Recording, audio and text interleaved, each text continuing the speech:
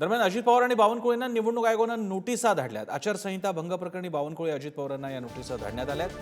विकास निधीचं आश्वासन दिलं जात असल्यानं या नोटिसा देण्यात आलेली आहे। प्रलोभनं दाखवली जात असल्याची तक्रार याबाबत करण्यात आली।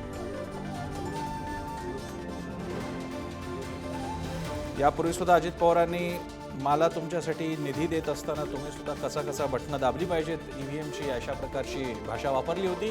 त्यावर टीकाही झाली होती आणि आता अजित पवार आणि बावनकुळेंना निवडणूक आयोगानं नोटीसा धाडल्या।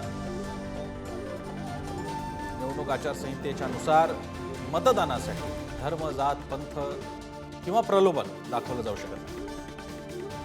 ओम देशमुख आपले प्रतिनिधी अधिक माहिती देत आहेत। ओम,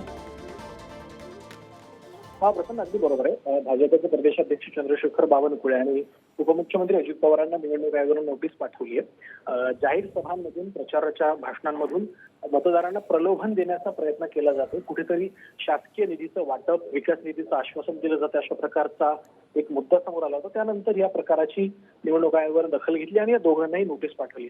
मात्र चंद्रशेखर बावनकुळे आपण यांच्याशी या सगळ्या संदर्भात संवाद साधण्याचा प्रयत्न केला, मात्र त्यांच्याकडनं अधिकृतपणे अद्याप कुठलंही उत्तर निवडणूक आयोगाला पाठवण्यात आलेलं नाहीये। त्यामुळे याबद्दल आता या दोघांची नेमकी काय भूमिका आहे याकडे पाहणं सगळ्यात महत्त्वाचं असणार आहे। प्रसन्न, धन्यवाद ओम, तुम्ही दिलेल्या या सविस्तर माहितीसाठी। अजित पवार आणि बावनकुळेंना निवडणूक आयोगानं नोटिसा बजावलेल्या आहेत आणि आता त्याला हे दोघेही नेते काय उत्तर देतात ते पाहावं लागेल।